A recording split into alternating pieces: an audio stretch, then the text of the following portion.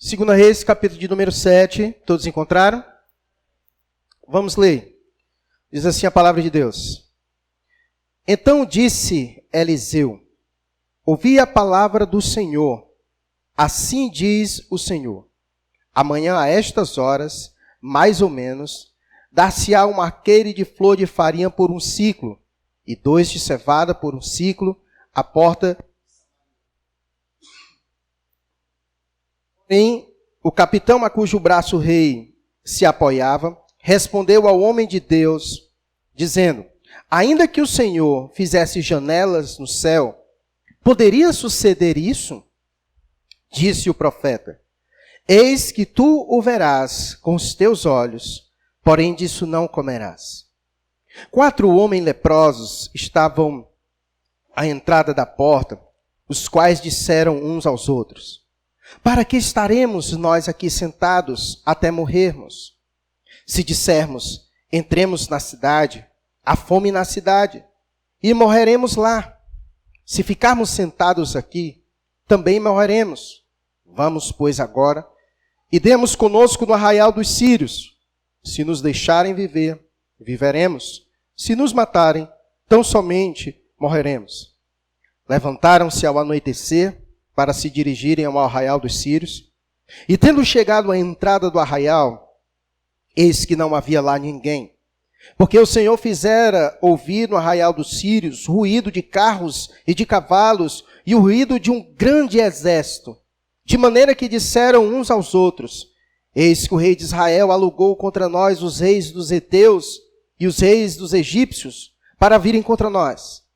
Pelo que se levantaram e, fugindo ao anoitecer, deixaram as suas tendas, os seus cavalos e os seus jumentos e o arraial como estava, e fugiram para salvar a sua vida. Chegando, pois, aqueles leprosos à entrada do arraial, entraram numa tenda e comeram e beberam, e tomaram dali prata e ouro e vestes, e se foram, e os esconderam. Voltaram e entraram em outra tenda, e dali também tomaram alguma coisa, e a esconderam. Então, disseram uns para os outros: não fazemos bem.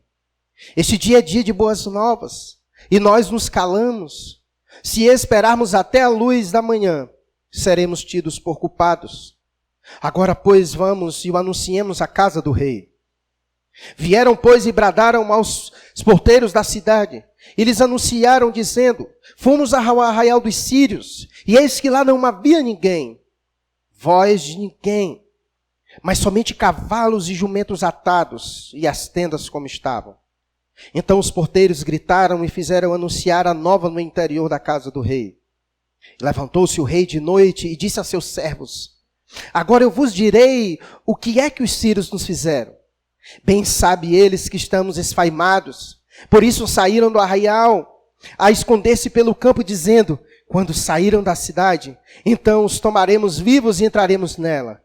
Então um dos seus servos respondeu e disse: tomem-se, pois 5 dos cavalos que ainda restam na cidade, pois toda a multidão de Israel que ficou aqui de resto terá a mesma sorte da multidão dos israelitas que já pereceram. Enviemos homens e vejamos. Tomaram, pois, 2 carros com cavalos, e o rei enviou os homens após o exército dos sírios, dizendo: ide vede. Foram após eles até o Jordão, e eis que todo o caminho estava cheio de vestes e de armas que os sírios, na sua pressa, tinham lançado fora. Voltaram os mensageiros e o anunciaram ao rei. Então saiu o povo e saqueou o arraial dos sírios, e assim se vendia um alqueire de flor de farinha por um ciclo, e 2 de cevada por um ciclo, segundo a palavra do Senhor. Dera o rei a guarda da porta ao capitão, em cujo braço se apoiara, mas o povo o atropelou na porta, e ele morreu, como falara o homem de Deus, o que falou quando o rei descer a ele. Assim se cumpriu o que falara o homem de Deus ao rei. Amanhã, a estas horas mais ou menos, vendeciam 2 alqueires de cevada por um ciclo, e um de flor de farinha por um ciclo, à porta de Samaria. Aquele capitão respondera ao homem de Deus: ainda que o Senhor fizesse janelas no céu, poderia suceder isso segundo essa palavra? Dissera o profeta: eis que tu o verás com os teus olhos, porém disso não comerás. Assim lhe sucedeu, porque o povo o atropelou na porta e ele morreu. Vamos orar mais uma vez. Deus bom e querido, queremos nesta noite apresentar nossas vidas diante do Senhor, pois sabemos que o Senhor é o nosso Deus, em quem nós temos crido. Pai, obrigado por todo o tempo aqui de louvor e adoração ao Teu nome. Como é bom, a Deus, poder nos reunirmos nessa casa, neste lugar, para adorar e bendizer o Senhor. Rever os nossos irmãos, temos um momento maravilhoso em Tua presença. E agora, Deus, queremos que o Senhor nos instrua. Entendemos que o Senhor conduz o Teu povo por meio da Tua palavra, através da ação do Teu Espírito. Assim, ó Deus, nos instrua, que a Tua palavra seja lâmpada para os nossos pés, luz para o nosso caminho, nos apontando o caminho que devemos pegar. Abençoa, Pai, todos nós que aqui estamos e também aqueles que nos assistem pela internet neste momento. E assim, Deus bendito, que nós oramos ao Senhor, no nome de Jesus. Amém. Evangelizar é um mendigo dizer a outro mendigo onde encontrar pão. Essa história, o centro dela vai nos trazer essa lição preciosa e nós iremos meditar nisso através desse belo texto que nós acabamos de ler. O nosso texto de hoje, ele começa com uma profecia. O versículo de número 1 pode não ter ficado muito bem compreendido por você, porque ele usa medidas desconhecidas para nós. Então, o verso 1 começa com uma profecia de Eliseu. Talvez você já deva ter ouvido falar de Eliseu. Assim como Josué foi para Moisés, assim também Eliseu estava para Elias. Eliseu foi aquele que continuou, que pegou o bastão de Elias, um grande profeta de Deus, e deu continuidade ao ministério de Deus sobre o seu povo. Então o verso 1 começa do nosso texto falando sobre uma profecia. Eliseu, ele pronuncia uma profecia ao povo de Deus. E a profecia é esta: ouvi a palavra do Senhor. Assim diz o Senhor, amanhã, a estas horas, mais ou menos, dar-se-á um alqueire de flor de farinha por um ciclo e 2 de cevada por um ciclo à porta de Samaria. Eu não vou entrar nas questões de medida, mas o que ele estava querendo dizer, para que você entenda, a profecia de Eliseu era o seguinte: hoje nós estamos passando por um momento muito difícil. Eu sei que tudo está muito caro, há uma escassez de comida, ninguém consegue ter dinheiro para comprar nada, está tudo escasso. Mas Eliseu chega e diz: amanhã tudo vai melhorar.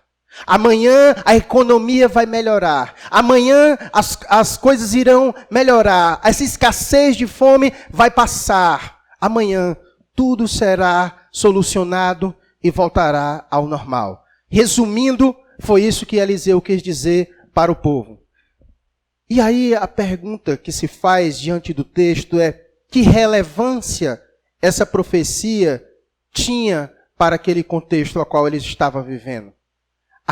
Aquela profecia de Eliseu, ela veio como uma profecia de esperança, porque naquele presente momento, a situação do povo de Deus era de extrema fome e de grande dificuldade que eles estavam passando nesse presente momento.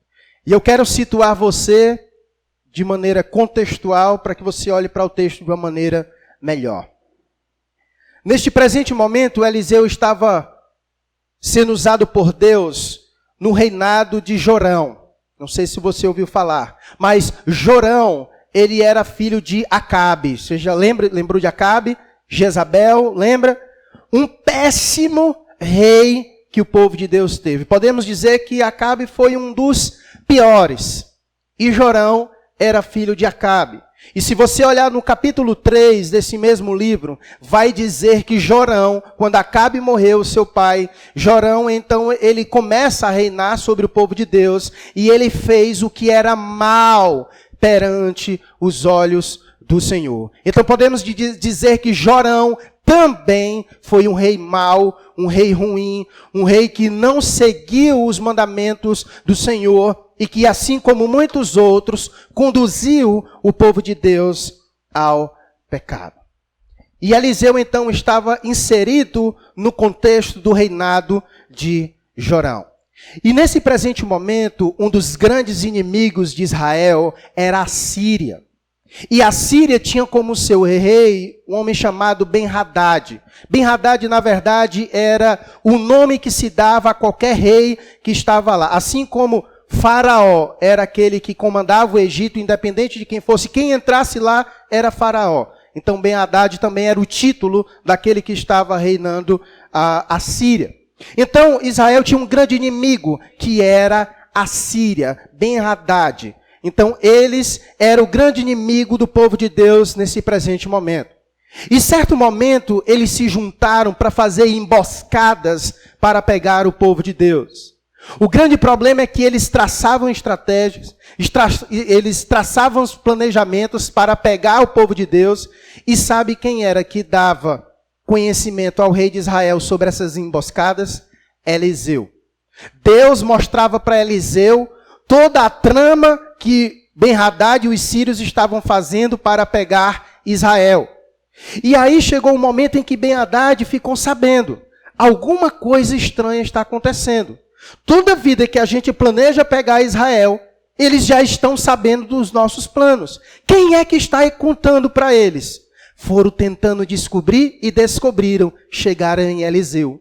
Eliseu era aquele que estava recebendo de Deus as informações e dizendo a Jorão: olha, Jorão, Ben-Hadad quer te pegar e eles vão te pegar ali, cuidado. E toda vida que Ben-Hadad e o exército da Síria ia pegar Israel, eles fugiam porque Eliseu contava.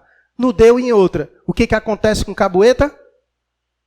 O Ben-Hadad ficou com raiva de Eliseu. Vamos matar esse Caboeta. Vamos matar esse Eliseu. Então, Ben-Hadad manda uma tropa, um punhado de exército, ir atrás de Eliseu. E vão na casa de Eliseu. E a casa de Eliseu fica rodeada do exército da Síria, de uma grande parte deles.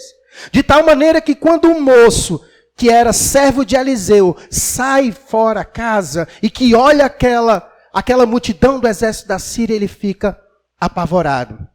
E é quando Eliseu, então sai de sua casa, ora a Deus e pede a Deus que abra os olhos do seu servo que lá estava, porque ele ainda não estava vendo. E quando Eliseu orou, os olhos do seu servo se abriram e ele viu cavaleiros, cavalos de fogo. E Eliseu diz: olha, veja quanto há muito mais conosco do que os que estão com ele. E aí, depois que Eliseu fez essa oração para que o seu servo visse o exército de Deus que estava ao redor da casa de Eliseu para guardá-lo, Eliseu faz uma outra oração. Eliseu ora a Deus para que aquele exército que estava na sua casa ficasse cego. Eles não ficaram cegos, mas eles foram que iludidos. Eles não conseguiram reconhecer Eliseu como Eliseu. E Eliseu então vai conduzindo eles. Olha, ele não está aqui não, ele está bem ali. E Eliseu levou, sabe eles para onde? Para o meio da Samaria, aonde estava todo o exército de Israel e o rei Jorão. E quando chegou lá, a tropa, sem saber que estavam lá, porque Deus tinha confundido a visão deles, naquele momento Deus fez eles enxergar. E quando eles enxergaram, eles se viram cercados. O exército de Israel, Jorão, o rei mau estava lá. Ele disse: é agora, papai, vou pegar vocês. Mas sabe o que foi que Eliseu disse? Você não vai matá-los, você vai dar de comida para eles. Eliseu então instruiu a Jorão a não matá-los. E Jorão tinha a seguinte coisa: você não vai matá-lo porque você não fez nada para ganhar esta vitória. O Senhor que os conduziu até aqui, portanto, deles de comer. E Jorão deu um grande banquete para os seus inimigos. E diante disso que ele fez, a guerra por aquele tempo cessou. Porque nesse tempo, um inimigo que desse de comer para o outro, era uma mensagem de paz. E naquele presente momento, Ben-Hadad entendeu isso. e ele então fez cessasse esse conflito entre Israel e a Síria. Contudo, esse Ben-Hadad morreu e outro assumiu, o Ben-Hadad II. E ele não tinha nenhuma relação com Eliseu e nem com o rei de Israel e tampouco com aquilo que tinha acontecido. Então a palavra de Deus vai dizer que ele então, no capítulo de número 6, a partir do verso 24, vai dizer assim, veja aí. Depois disto, ajuntou Ben-Hadad, aqui no caso seria o segundo, rei da Síria, todo o seu exército, subiu e sitiou a Samaria. E no verso 25 vai dizer, houve grande fome em Samaria, eis que a sitiaram, a ponto de se vender a cabeça de um jumento por 80 ciclos de prata e um pouco de esterco de pombas por 5 ciclos de prata. Ou seja, o que foi que eles fizeram? Eles cercaram, o exército da Síria cercou Samaria, de tal maneira que nem se entrava mantimento e não tinha como fazer nada. Então o que é que aconteceu? Eles sitiaram, cercaram Samaria. Os suprimentos que tinha lá foi acabando, e ninguém conseguia entrar para levar comida. O que aconteceu? A comida ficou escassa. De tal maneira que eles estavam agora vendendo cabeça de jumento por um preço muito exorbitante. E aqui o texto fez questão de dizer isso porque todo mundo sabe que comer cabeça de um jumento é algo deplorável, é algo nojento. Mas a fome era tão grande que se estava comendo a cabeça de jumento e se estava vendendo a cabeça de jumento por um alto preço. E não somente isso, eles estavam comendo também esterco, cocô de pombas. Vamos fazer um caldinho de cocô de pombas? Pronto, era isso que estava comendo. A fome era tão grande, que eles estavam comendo isso. Mas não para ainda. Veja como a coisa estava tão feia. Olha como a fome estava grave. Verso 26. Passando o rei de Israel pelo muro, gritou-lhe uma mulher, acode-me, ó meu rei, Senhor. Ele lhe disse, se o Senhor te não acode, de onde te acudirei eu? Da ira ou do lagar? Perguntou-lhe o rei. Que tens? Respondeu ela. Esta mulher me disse, ou seja, era uma mulher e outra. Essa mulher me disse, dá teu filho para que hoje o comamos e amanhã comeremos o meu. Cozemos, pois, o meu filho e o comemos. Mas dizendo-lhe eu ao outro dia, dá o teu filho para que o comamos, ela o escondeu. E tendo o rei ouvido estas palavras da mulher, rasgou as suas vestes quando passava pelo muro. O povo olhou e viu que trazia pano de saco por dentro sobre a pele. A fome estava tão grande que as mães estavam resolvendo, hoje a gente come o meu filho, amanhã a gente come o teu filho. A fome estava tão grande que estavam se comendo os próprios filhos. Se você tiver conhecimento do que diz a palavra de Deus, em Deuteronômio capítulo de número 28, essa era uma das consequências do castigo de Deus. Lembra? Deuteronômio capítulo 27, aquela lista das bênçãos. Se me obedecer, vai acontecer isso. Se me desobedecer, vai acontecer isso. E dentre as consequências da desobediência, estava a fome, a tal ponto de comer os próprios filhos. Depois na sua casa você leia Deuteronômio capítulo 28, que vai estar lá isso. E estava justamente acontecendo isso. E a razão era óbvia. Eu comecei a dizer que Jorão era um bom rei ou um mau rei. Um mau rei. Então tudo isso que estava acontecendo, Israel sendo sitiada, passando por grande fome, isso era a consequência da sua desobediência. Então eles estavam passando por essa situação. Contudo, infelizmente, era muito difícil para um rei mau como Jorão reconhecer que aquilo que estava acontecendo era por conta dele mesmo, por causa do seu pecado. Ele não consegue reconhecer isso. Embora o texto do versículo 30 disse que ele estava com pano de saco por dentro sobre a sua pele, quando rasgou as suas vestes, embora ele se vestiu de pano de saco, mas ele não se despiu dos seus pecados. E em vez de reconhecer que o que estava acontecendo era consequência dele estar desobedecendo a Deus, ele culpa alguém por aquilo que estava acontecendo. E quem ele culpa? Versículo 31. Disse o rei: assim me faça Deus o que bem lhe aprouver, se a cabeça de Eliseu, filho de Safate, lhe ficar hoje sobre os ombros. Ou seja, ele acusa quem? Eliseu. Mas por que ele acusou Eliseu? Por que ele acusou Eliseu? Ele acusou Eliseu por... E aí poderia... Vários estudiosos vão dar várias razões pelas quais ele acusou Eliseu. Mas sem dúvidas foi porque ele sabia obviamente que Eliseu era um homem de Deus. Então ele acha que pelo fato da situação estar daquele jeito, Eliseu poderia interceder a Deus por causa deles e acabar com a situação. Ele acha que Eliseu não fez isso porque não quis fazer. Eliseu certamente conduziu ele a um arrependimento. Disse a ele que ele deveria se arrepender e por isso ele estava de pano de saco. Contudo, não aconteceu, porque isso só mostra que ele só estava arrependido exteriormente, mas não estava interiormente. Mas de toda forma, ele acusa Eliseu pelo que estava acontecendo. E então sentencia a vida de Eliseu por causa dessa situação. Então a situação era essa. E é por isso que então, nesse presente momento, quando a gente lê o capítulo 7, o versículo 1, agora se faz entender qual era a profecia de Eliseu, no versículo 1, de que essa situação amanhã iria acabar. A profecia de Eliseu era essa. Essa situação vai acabar. Eliseu trouxe a mensagem de Deus para o seu povo, mesmo sem merecer. Mesmo o povo sem merecer, mesmo um rei que era mau, que não se arrependeu, Deus disse, amanhã eu vou acabar com isso aí.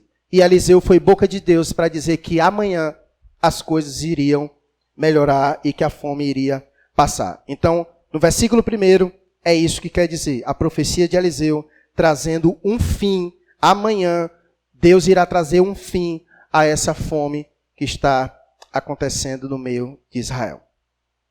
E em meio a isso, então surge alguns personagens. 4 em especial que eu quero meditar com vocês nessa noite.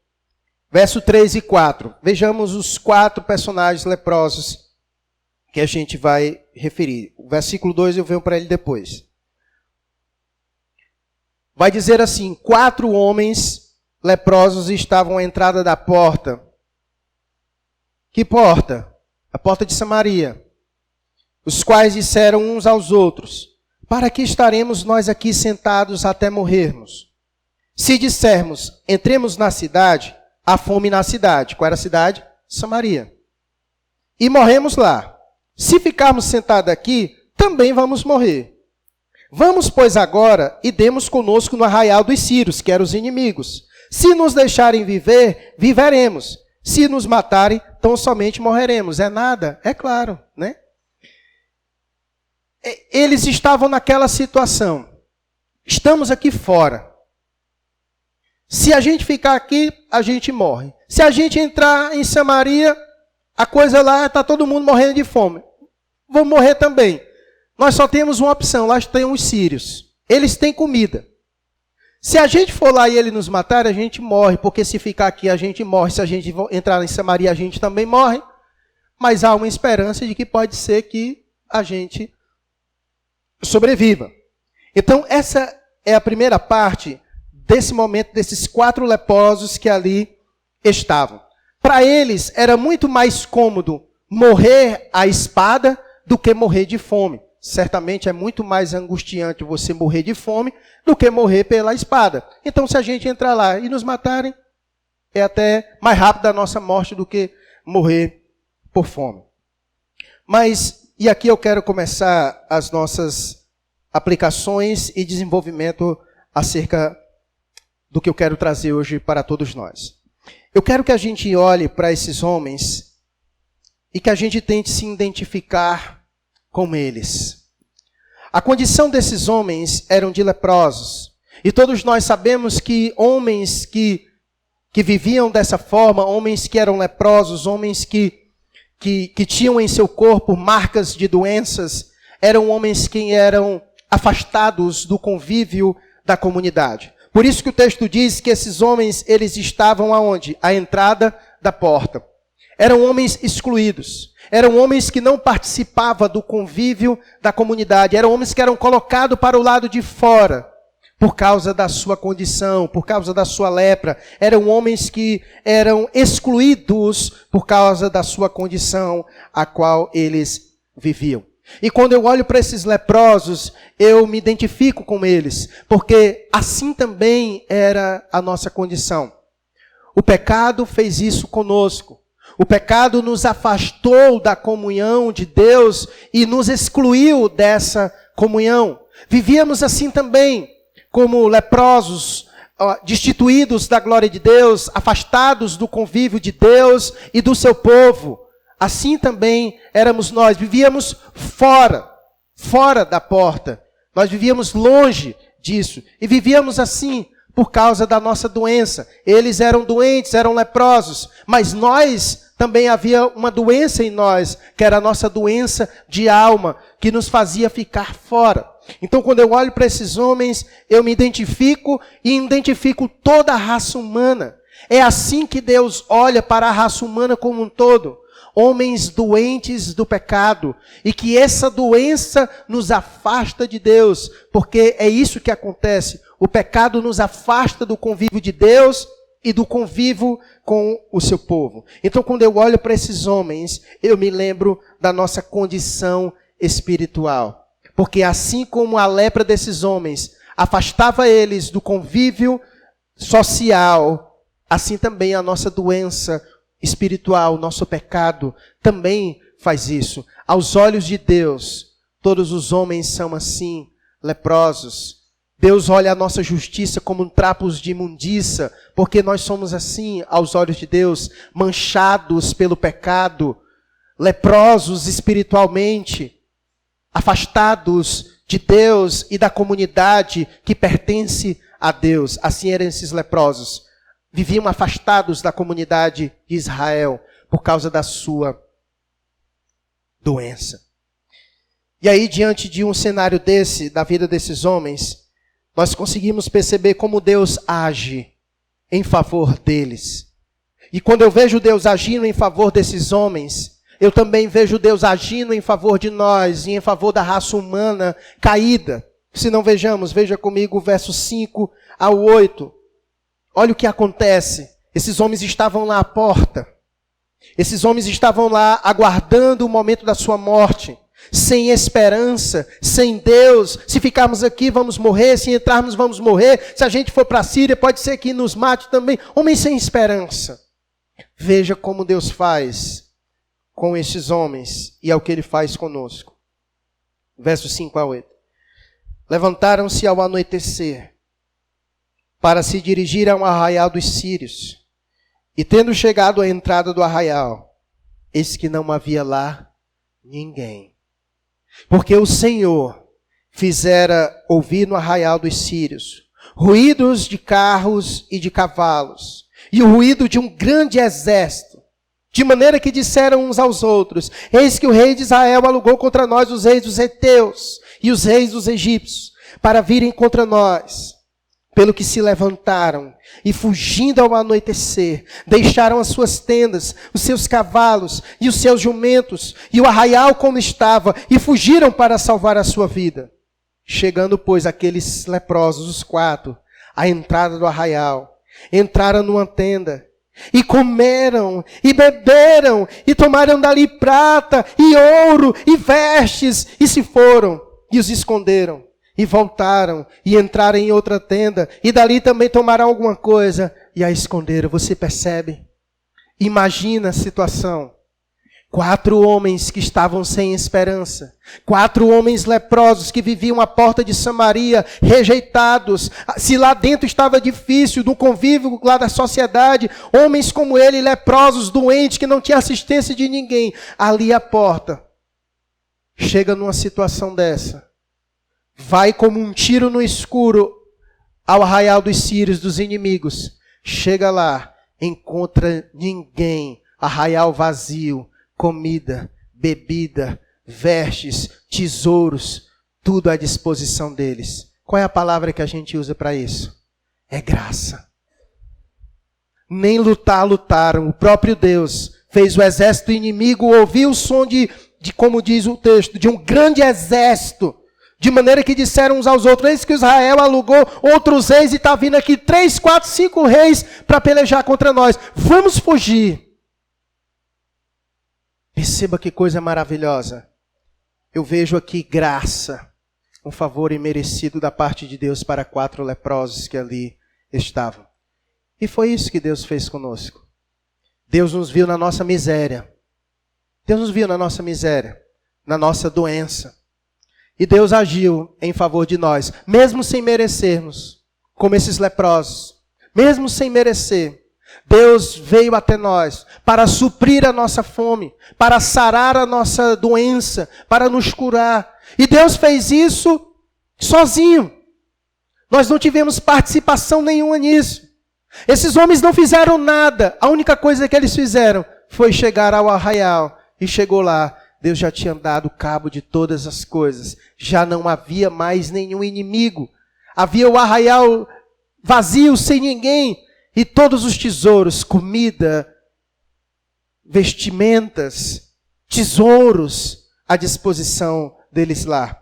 E o texto diz que eles então comeram, beberam, pegaram vestes, tesouros e guardaram para si. Meus irmãos, que coisa maravilhosa. Veja a graça de Deus, um favor imerecido da parte de Deus para esses homens, mesmo sem merecer. Assim também foi nós. Nós que vivíamos distantes de Deus, na nossa doença. Deus então vem ao nosso encontro para saciar a nossa fome, para saciar a nossa sede, para nos vestir, porque estávamos nus. E o Senhor faz tudo isso.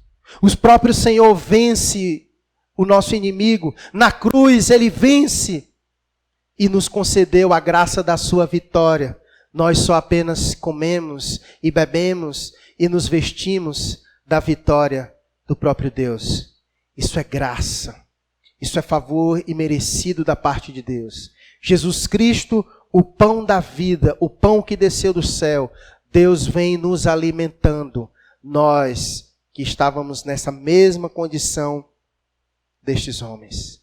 Não somente esses homens foram agraciados, mas como nós já veremos, esses homens depois foram contar para o rei de Israel.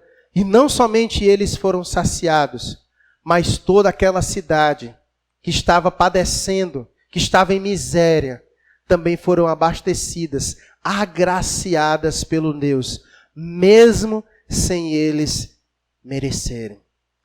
Esse é o nosso Deus, que olha para a humanidade caída, que viu ela na sua miséria, e aprove Ele, em sua bondade e graça, enviar o Salvador, o pão da vida, para nos suprir da nossa necessidade espiritual. E isso é graça, porque nenhum de nós fez nada para merecer. Cristo Jesus venceu nosso inimigo sozinho naquela cruz e nos deu crédito da vitória. Mas algo interessante acontece nessa história. Verso 9 e 10. Então disseram uns para os outros: não fazemos bem. Este dia é dia de boas novas, e nós nos calamos. Se esperarmos até a luz da manhã, seremos tidos por culpados. Agora, pois, vamos e o anunciemos à casa do rei. Vieram, pois, e bradaram aos porteiros da cidade. E lhes anunciaram, dizendo: fomos ao arraial dos sírios, E eis que lá não havia ninguém, voz de ninguém, mas somente cavalos e jumentos atados e as tendas como estavam. Deixa eu lhe dizer algo muito importante. O presente da graça, ele vem acompanhado com responsabilidades. O presente da graça vem acompanhado com responsabilidades. Esses homens foram agraciados. Eles reconheceram isso. O texto diz no versículo 9 que eles reconheceram isso e eles disseram: não fazemos bem, este dia é dia de boas novas, e nós nos calamos. Esses homens reconheceram que Deus tinha sido gracioso com eles e que, portanto, eles não poderiam ficar com essa graça só para si. Eles tinham que anunciar, eles tinham que compartilhar, eles não podiam se calar, eles não podiam ficar com tudo só para si. Eles reconheceram que aquela graça que foi dada a eles trouxe para eles também responsabilidade. Qual era a responsabilidade e o dever? De anunciar. Tanto é que eles vão dizer: se esperarmos até a luz da manhã, nós seremos tidos por o quê? Culpados. Qual seria, por que eles seriam tidos por culpados? Qual seria o crime deles? Qual seria o crime deles? Está todo mundo com fome. Está todo mundo morrendo. Você sabe aonde tem comida. E por que se cala? Por que você fica calado? Por que você se alimentou, se vestiu, está cheio, está satisfeito e não repara para os outros que estão morrendo, perecendo? Se você se calar, você vai se tornar culpado. Então perceba, a graça que nos é dada, ela é acompanhada de responsabilidade. Ela nos foi dada, mas não somente para nós, mas para ser compartilhada. Então a graça foi dada para ser compartilhada. Ela não pode ser só para nós. Deus nos deu, mas para que possamos também compartilhá-la. Então a graça, ela é acompanhada, o presente da graça vem acompanhado de responsabilidades. As boas novas, como ele diz, então disseram uns para os outros: não fazemos bem. Este dia é dia de boas novas. O que significa boas novas? A gente já viu isso nos evangelhos. As boas novas são boas notícias. Lembra o que foi as boas novas? Em Lucas capítulo de número 2, verso 10. Coloca aí para mim, por favor, Chiquinho. Lucas capítulo 2, verso 10 aqui na tela para a gente ler. Lucas capítulo 2, verso de número 10. Para a gente ver o que diz a palavra de Deus. Aquele momento em que os anjos vieram anunciar o nascimento de Jesus. E veja o que foi que os anjos disseram acerca de Jesus. O anjo, porém, lhe disse: não tem mais, eis aqui vos trago boa nova de grande alegria, que o será para todo o povo. Para todo o povo, não é só para um punhado de gente, não é só para uma pessoa específica, não era só para aqueles pastores, mas era para todo o povo. O anjo não veio dizer as boas novas apenas para os pastores, mas para todo o povo. Essas boas novas não são só para vocês, são para todo o povo. Então as boas novas é para todo o povo, portanto nós não podemos nos calar. E eles reconheciam isso, porque aquelas boas novas não eram só para eles. Eles não podiam se calar, porque as boas novas é para todo o povo. É para todo o povo. E essa é a nossa responsabilidade. As boas novas de Cristo não é somente para nós, mas é para todo o povo. E nós não podemos nos calar. Se nos calarmos, seremos tidos por culpados, como ele disse. Se esperarmos até a luz da manhã, seremos tidos por culpados. Nós seremos tidos por culpados porque nós estamos vendo as pessoas perecendo. Elas estão perecendo sem Cristo. Elas estão caminhando para o inferno. Nós sabemos das boas novas. Nós fomos alvos das boas novas. Nós sabemos onde há comida. Nós conhecemos o pão da vida. E seremos culpados se nós ficarmos só olhando as pessoas perecer sem Cristo. Sem dizer para elas, sem apontar para elas o caminho que elas devem pegar, que é Cristo Jesus. Então perceba a responsabilidade que havia na mão desses leprosos e a responsabilidade que há também em nossas mãos. Nós nos sentimos muito agraciados e é um grande privilégio a gente dizer aquilo que Pedro disse em 1 Pedro 2,9. Nós somos povo de Deus, povo de propriedade exclusiva de Deus, nação santa, sacerdócio real. Mas se você ler o versículo inteiro, ele vai dizer que nós somos tudo isso para algo. Para anunciar as virtudes daqueles que nos chamou das trevas para a luz. É nosso dever, irmãos. Não podemos nos calar. A Igreja de Cristo Jesus é a única instituição na face da terra que foi alvo das boas novas de Cristo Jesus. E, portanto, nós somos responsáveis por fazer isso. Nós não podemos simplesmente nos alimentarmos com o pão da vida e ficarmos calados. É nosso dever fazer isso. E se nós nos calarmos, seremos tidos por culpados. Porque as boas novas não é somente para nós, mas para todo o povo. E como ele diz, então disseram uns para os outros, no verso 9, não fazemos bem. Não fazemos bem. Ou seja, ficar calado é fazer o mal. Porque Tiago, no capítulo 4, verso 17, ele vai dizer, se você sabe o bem que deve fazer, não faz, isso você está o quê? Pecando. Você está pecando, por isso que não é bem, é mal. Você é mal, porque você sabe onde tem comida, você se alimentou e fica calado, vendo os outros morrendo de fome. Não é bem, é mal. Na verdade, não há preocupação com o que estão perecendo. Por isso que eles ficam preocupados. Porque se o rei descobrisse que eles sabiam onde tinha provimento, comida e tudo que necessitava, e ficaram calados e guardaram para si, seriam culpados. Então, da mesma forma, o Senhor nos salvou e nos deixou aqui para isso, para anunciarmos as boas novas. Para que nós saiamos contando no arraial para as pessoas. Eis que, olha, o Senhor deu vitória. Eis que o Senhor deu vitória no campo do Gólgota. Lá está o nosso suprimento. Cristo Jesus é as boas novas. Esse é o nosso papel. E não podemos ficar calados. Seríamos egoístas de apenas comer, se satisfazer e ficar olhando as outras pessoas perecer. Por isso seríamos culpados. É como a atalaia de Ezequiel, capítulo 33, no verso 6. O atalaia tinha essa responsabilidade de anunciar quando viesse o exército inimigo. E se ele não anunciasse, ele seria culpado.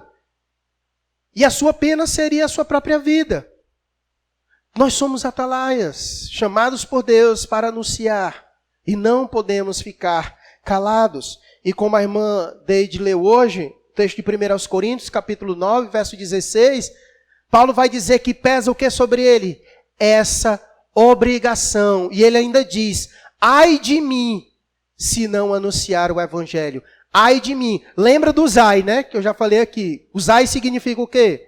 Juízo de Deus. Então Paulo diz, ai de mim, se não anunciar o evangelho. Por quê? Porque pesa sobre mim essa responsabilidade. Ai de mim, então, ele disse. E pesa sobre mim e sobre você. E ai de nós, se nós guardarmos isso. Se nós guardarmos isso. Meus irmãos, nós fomos devidamente habilitados pelo Espírito Santo para anunciarmos as boas novas. Fomos devidamente habilitados pelo Espírito Santo para anunciar as boas novas. Atos 1:8 é isso. Nós fomos revestidos de poder. O Espírito Santo nos deu poder para sermos testemunhas. Então nós somos culpados, seremos culpados diante de Deus, se nós permanecermos calados. Se nós permanecermos calados. E a pergunta que eu faço para você é: você tem anunciado o Evangelho às pessoas? Você tem compartilhado as boas novas? Pergunta para a sua reflexão. Quantas pessoas encontrou comida por meio de sua vida? Quantas pessoas encontraram comida por meio de sua vida? Nós não podemos viver alheios dessa nossa responsabilidade. Deus nos salvou e nos deixou neste mundo para que nós compartilhemos as boas novas. E deve fazer parte do currículo da nossa vida pessoas que nós conduzimos ao pão da vida. Veja essas cadeiras vazias nessa igreja. A responsabilidade de conduzir pessoas a Cristo, trazê-las para cá, para serem discipuladas, para crescerem no conhecimento da graça do Senhor, é de todos nós. É de todos nós. Quantas pessoas você já trouxe para estar neste meio, fazendo parte do povo de Deus, instruída por sua vida, ouviu falar do pão da vida através de sua vida? Quantas pessoas você já teve o privilégio de trazer para cá? Se isso não faz parte do seu histórico, mude já. Mude já. Nós não podemos nos relacionar com as pessoas diariamente sem sermos instrumentos de Deus para isso.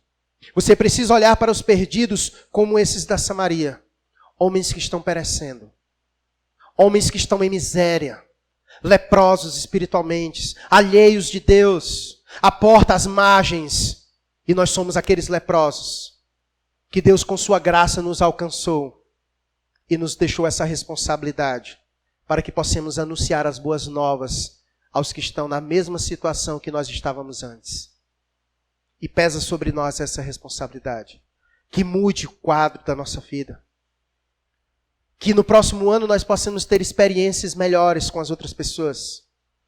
Que sejamos usados muito mais do que botar frases no Facebook e no Instagram sobre o Evangelho. Nós fomos chamados para impactar muito mais do que com frases, mas conduzir as pessoas a Cristo Jesus, a levar as boas novas às pessoas. Isso deve fazer parte da nossa vida e deve nos envergonhar quando não somos usados por Deus para isso. Porque Deus não nos deu espírito para sermos bem-sucedidos na nossa vida. Nós não fomos revestidos do Espírito Santo. Deus não nos deu poder ao descer sobre nós o Espírito Santo para nós sermos pessoas bem-sucedidas nas nossas carreiras profissionais. Deus nos revestiu de poder através do Espírito Santo para sermos testemunhas do Senhor, tanto em Jerusalém, na Samaria, na Judéia, até os confins da terra. Você não recebeu o Espírito Santo e nem foi revestido de poder para outra coisa, a não ser para abrir sua boca e ser testemunha do Senhor. Então não me venha com sucesso. Você só será alguém bem-sucedido quando você cumprir o papel que o Espírito tem habitando em sua vida. O Senhor disse que estaria conosco até a consumação do século, não foi para outra coisa. Leia Mateus capítulo 28.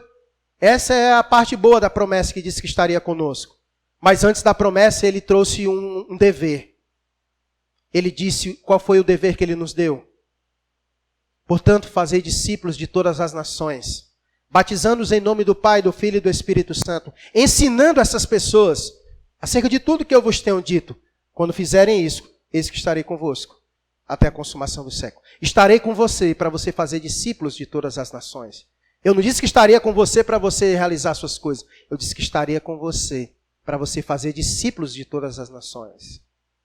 Então perceba como tudo está relacionado. Esse é o nosso papel. Esse é o nosso papel. É seu dever ser um atalaia na sua família. É seu dever. É seu dever pregar para eles. É seu dever pregar para as pessoas no seu trabalho. Deus colocou você lá. Você orou a Deus pedindo que Deus abrisse uma porta de trabalho. Deus abriu e colocou você lá. E é você quem vai anunciar as boas novas lá. Você orou a Deus pedindo ao Senhor que lhe colocasse em uma faculdade. É lá que Deus quer usar você. É lá que Deus quer usar você. Deus quer usar a vida de cada um de nós. É seu papel fazer isso. É meu dever fazer isso aonde Deus tem me colocado. Porque Deus tem nos chamado a isso, irmãos. Então que próximo ano seja um ano diferente para nós. Que possamos ter o privilégio de conduzir pessoas ao pão da vida. A anunciá-las as boas novas. Que faça parte do nosso currículo. Que possamos chegar na presença de Deus no último dia com mãos cheias e apresentando ao Senhor os nossos galardões. Que seja esse o grande prazer da nossa vida. E nós somos responsáveis por isso. E se isso é um dever e uma responsabilidade nossa, da qual Paulo disse, ai de mim, se não cumprir, então isso quer dizer que Deus vai cobrar de nós. E que haverá certamente algum rigor se falharmos na nossa missão. E caminhando para o fim, a lição mais importante desse relato que eu vejo, não é nem que Deus salvou o seu povo quando não merecia, mas que Deus cumpriu a promessa que ele havia feito por intermédio do seu profeta Eliseu. Qual foi a promessa que Deus disse? No verso 1. Lembra? Que Deus iria cessar a fome e aquela situação. Essa promessa foi cumprida? Vejamos o verso 16. Então saiu o povo e saqueou o arraial dos sírios. E assim se vendia um alqueire de flor de farinha por um ciclo, e de 2 cevadas por um ciclo, segundo a palavra do Senhor. Verso 18. Assim se cumpriu o que falara o homem de Deus ao rei. Amanhã, a estas horas, mais ou menos, vendeciam 2 alqueires de cevada por um ciclo, e um de flor de farinha por um ciclo, à porta de Samaria. O que nós aprendemos de Deus acerca disso? O que nós aprendemos de Deus com isso é que nosso Deus é um Deus de promessas e que Ele é fiel para cumpri-las. Nosso Deus é um Deus de promessas e Ele também é fiel para cumpri-las. Nós estamos chegando ao Natal. A vinda de Cristo Jesus foi uma promessa que Deus fez muito tempo atrás. Sabe quando foi que Deus fez essa promessa do Messias? Lá em Gênesis, capítulo 3, versículo de número 15. Assim que o homem pecou, Deus já trouxe uma promessa de que Ele iria trazer o Salvador do homem, aquele que iria esmagar a cabeça da serpente.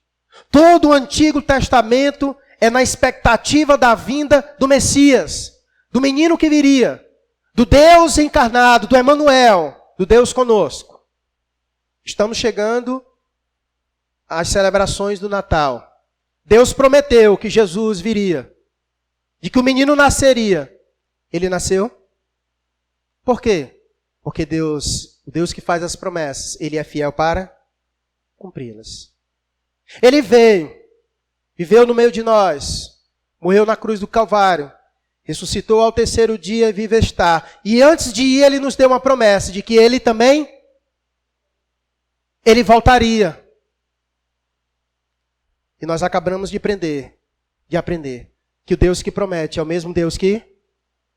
Você ainda tem dúvida de que Cristo voltará?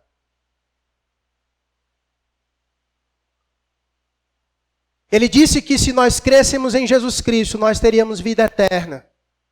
Você crê nisso? Nós cremos nisso porque o Deus que faz as promessas é o mesmo que é o fiel para cumpri-las. E Ele também disse que quem rejeitasse o pão da vida, receberia o quê? O castigo eterno. E nós pregamos isso e ensinamos isso porque acreditamos que o Deus que faz promessa é o mesmo que cumpre. Mas como é triste ver pessoas que não creem nas promessas do Senhor. E não creem em suas palavras, em suas promessas.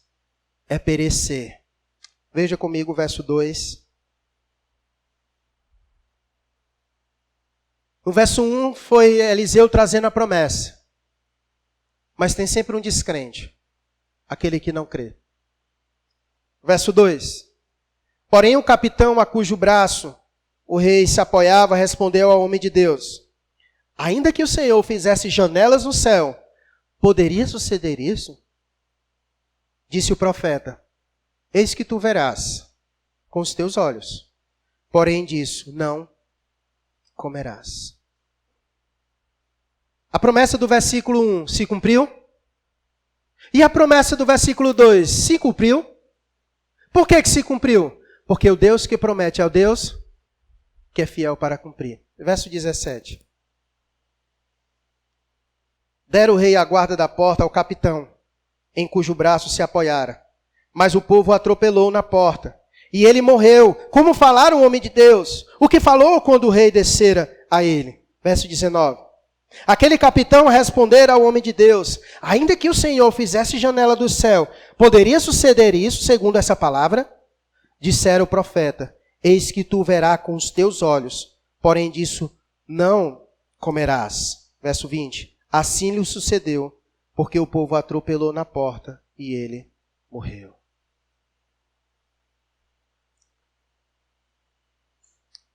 Não crer nas palavras de Deus é sentenciar a própria vida à morte. Veja a responsabilidade que tem sobre nós. Eu sei que as pessoas fazem caso quando a gente prega o Evangelho.